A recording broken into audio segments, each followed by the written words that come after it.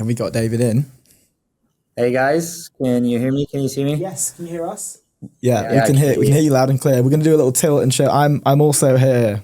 We're having some problems with our laptop, so we're doing like a double. Hello, how are Yeah. you doing? Thank you for joining us. Yeah, of course. Yeah, it's great to be here. Congratulations again, to starting this. No, thank you very much. We're super excited by We it. are pumped. You're our fourth guest. We've had Philip from Zilch. We had Denai who's building like another AI agent software, but in the fintech space. We just had James Wise from Balderton. So yeah, it's great to have you. How are you doing? I'm doing great.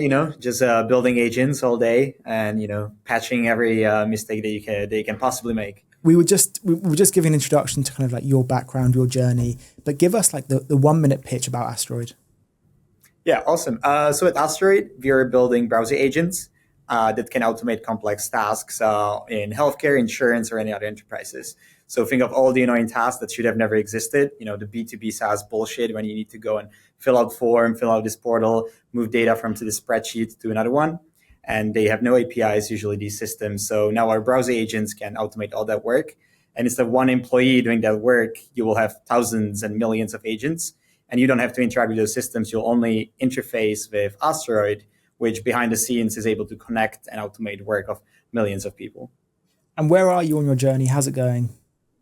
Yeah, we started in October in London. We are at pre-seed stage. We did Entrepreneur first in London. Then we did VC in the US. We raised money around Demo Day, which was 2 months ago. We just hired our two first founding engineers. So it's four of us. We're going to have two interns over summer. We have customers, and now we are growing and scaling. Nice, Wow. amazing. That is like super quick traction.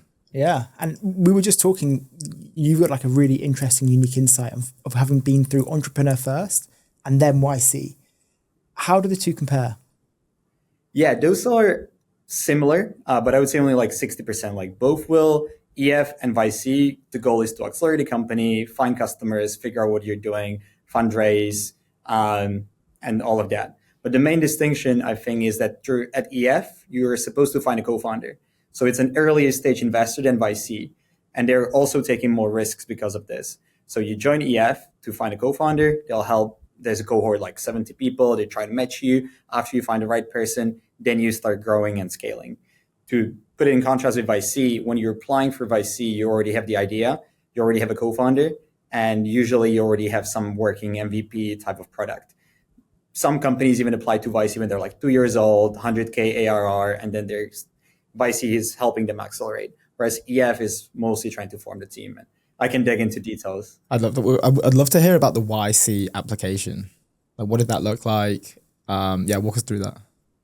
Yeah, VC application is a form. You fill out a form, 15 questions. You just should honestly just follow the advice that VC gives you. Be clear, be concise, say why you, be honest where you are. It's fine if you don't have much. And we just submitted the application. Last day, it was like 2 hours before the deadline, as usual. We got an interview. Interview is 10 to 15 minutes. Ours was like 15 minutes. They ask you questions about, the traction. They usually try to de-risk, like the partners have seen millions of companies, right? And they identify what are the probably like three main risks. And then they start digging deep into those. So like, for example, one of ours was connected to EF, right? Like I met my co-founder with EF. So the co-founder relationship might not be as solid. And 30% of companies fail because of this suicide, because, co-founder breakup. So I think what we did really well during the interview was to be very, like, I would say personal. Like we were not trying to fake it. I even made jokes and like I said the good things about Joe, my co-founder, who's amazing, and bad things about him. And it was like I think came across really well. So that was, and then we got in after the first interview. It's kind of funny if you think about it. You have a 10-minute call and then they give you $500,000. Yeah, it's mad. So super profitable 10 minutes. What did it look like going out? How, walk us through, like you get there day one, you have a cohort. How does that look? And I think you have a mentor as well. Yeah, so you have the main partner who is, experienced ex-VC founder who usually exited a company. We had Harsh Tagar, who built a few companies before, and that's the main point of contact together with the visiting partner that you usually have. So you have two partners and both VC alumni that you meet usually once in 2 weeks or once a week or anytime you actually need. They connect you to Slack, and then you have these partner meetings.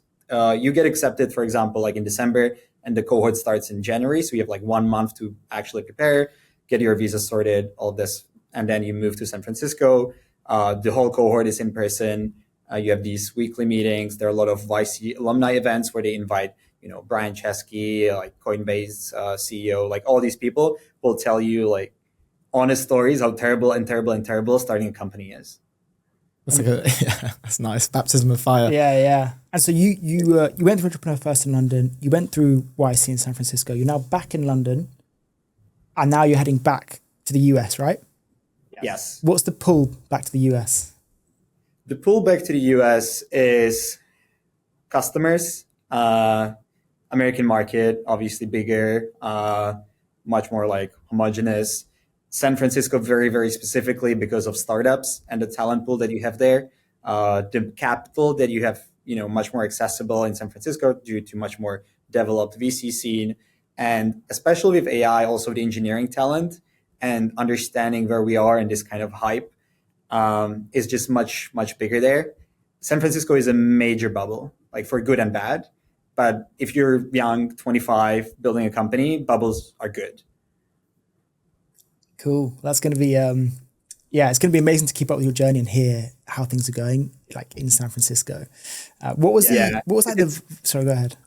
No. So like there are downsides to it as well. Like we need to pay more for companies, like for employees in San Francisco and like compared to London. And I love London and I would love to stay in London, or we were thinking about like having an office eventually here as well, to have engineering function here and maybe go to market function in San Francisco. But I'm a big believer of in-person teams, so not going to happen right now. Yeah, you're going to have your headquarters out there. What was the vibe or atmosphere like? Was it like a real tangible difference between Entrepreneur First and YC? Or is it similar? It's just like young, ambitious people trying to build something. It is a bit different. Maybe for context, the scale of it is different. Like YC funds 150 companies every 3 months now. EF funds like 20, 30 companies maybe. Like, so at EF, you usually know almost everyone in the cohort. YC, no, like 10 other companies. YC is much more hands-off. I think the level of talent of people is similar. There are like small differences, but like EF is able to attract incredible talent in Europe and like outside of Europe as well. They're based in India and US now as well. YC is obviously able to attract talent from all over the place. I think YC is a bit more skewed for more technical people, whereas EF also index a lot on commercial people, because ideally you want to have CTO who is kind of technical, someone commercial who is going to be usually the CEO, but sometimes you can have a very technical team who are going to build like 2 technical people starting a company, which was the case for us. And how did you find that co-founder matchup? So you met each other at Entrepreneur First. Was that like organic? Was it like, how did it go? Yeah, were there any breakups as well? Yeah. Like, how does that work there? There are so many breakups. There's so much drama, or it's like a Love Island. It's like this one is speaking to this one, and this should be televised. Yeah. I think they actually got offers to do that. I think someone told me that EF has been approached almost like every year by some, like studio to like, can we go and record and like then do these, reality show like in these little meeting rooms, and they're like, they'll kill us. They would kill EF, It'd be good TV though. Dude, I definitely would watch that. I'd watch that. That's great distribution. That's more applications, probably some revenue streams. It's honestly, I loved it. Like I loved the intensity and like being able to like test relationships and like see like how do I perform with this person, and like you also it's a possibility of learn how other people operate. Like there is no other environment I think like in the world where it's like so much celebrated to try working really really hard with like a person for 5 days and then never see them again. What does a breakup look like? Is this like, do you text? Do you go up in person? Like, do you ask to meet for a coffee? Do you usually break up over text? Not me. No. Yeah, well, I've done it before. It wasn't great. So I usually try to do it in person. So like I think usually you see it coming. You go and meet and you talk about, okay, this is what's working, this is not working. You give feedback and then you break up. Then specifically at EF, you send a Slack message to everyone in the cohort to notify them that like you broke up with this person, but you need to say something nice. You need to say, oh, we are breaking out because we don't like the idea, and like I want to do B2B SaaS AI agents for insurance, and they want to build robots. Doesn't work, but the person is amazing, is the smartest people I know. So please, please, please go and talk to the person because they're now on the market. Yeah, is that your way of being like, I'm single, I'm hot, like someone come hit me up, we can build something. Exactly, and then like you go and like poach other teams, like hey, come, like I'm better than you, than your current co-founder. That sounds like a cool dynamic. I was going to ask as well. So you mentioned you've hired 2 founding engineers. When I was in your offices the other week, or when I met you in Joe for the first time, you mentioned we discussed early hiring and we discussed like go to market as well. I'd love to know 2 things. One, does the YC, how does the YC badge affect your early stage hiring process? I guess to start. Interesting one. I think the YC general advice is like don't hire unless you have to and you're dying and like you really need to hire. So I think a lot of early startups like try to like hire for the sake of hiring. So it's like that's why we try to defer like hiring. We only hired like 7 months in, and like because we were both technical, I had to help, but it was impossible to do like go to market and building at the same time. So YC helps you to kind of like postponing as much as possible until you like, yes, now is the time. And then we started hiring, and we were actually having a chat with Harsh, our partner, about who should we hire. And we had this idea in our head that we need a specialist in AI. We need this specific persona, maybe like machine learning engineer before, forward deploying engineer in our agent company, ideally, past founding engineer, because we are hiring for founding engineering. He was like, guys, simplify it. Like find someone who is incredible engineer, more generalist, and whatever happens with the company, they'll be kind of there. So we simplified much more and like went with our personal networks, which was much better because we had people that we knew from before, and specifically the founding engineers that we hired, and they're incredible. Were working before with Joe, the CTO, my co-founder. So that really helped us, and I think they also de-risked from their side, because they knew, okay, they're a VC company, they raised some money. So this is not just a weekend project with Joe, like this is a serious effort, and like we'll do it for the next 5-10 years. Yeah, insane. And then my follow-up to that was just going back to this, you're building the team in London at the moment. What was the transition from SF back to London? Like you guys mentioned when I spoke with you that there was a change. Like you felt not exhausted, but you felt like, oh, we've just stepped out of something very unique. Like, could you walk us through that and what that felt like? Yeah, it's like you're in this bubble that you burst, and then you walk the street of San Francisco. I go for a run and I hear people speaking about AGI, and it's like that's like everyone is AGI pill, and like this is happening. It's going to be in 2 years. It's going to change the world. You go for a run in London, and people are like drinking beer 2 p.m. because the sun is out, which is like I love beer. I love drinking beer outside when 2 p.m. on Wednesday, but like we need to be able to kind of create our bubbles of intensity in London, which I think some, like Entrepreneur First is doing like great on that front, like Project Europe and like all this. So like I'm so much in favor of that. And I would love to have like more European companies popping up.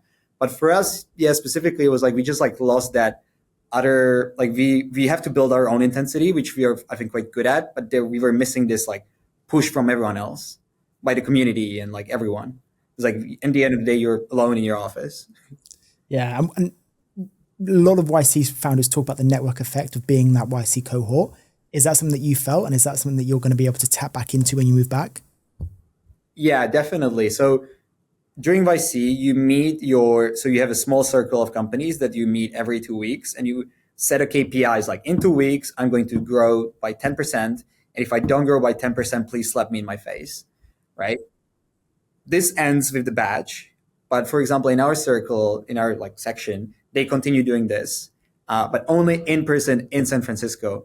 So yes, right now we're missing out. Like this is a little thing, but it's like a combination of these little things. And we try to emulate a bit of like YC vibe here in London. So it's like there's a YC London WhatsApp group, and like some people meet, but London is huge. If it's going to take me 35 minutes to go and meet someone, I'm not going to go and meet them. Yeah, that's fair. How many of those YC founders are in London? Was there a big cohort of like London European people who are out there?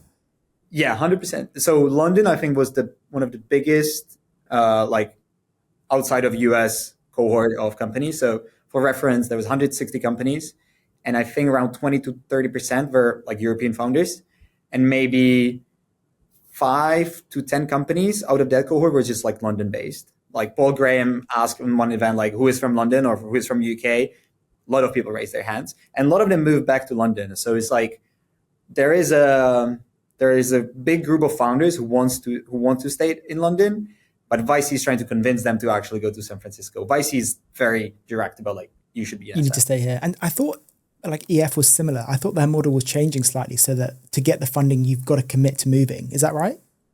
Yeah, this started last year, where the first 3 months of the program, you do London, Paris, and or Bangalore. But for the next 3 months, that is preparing you to launch, to fundraise, you'll move to San Francisco.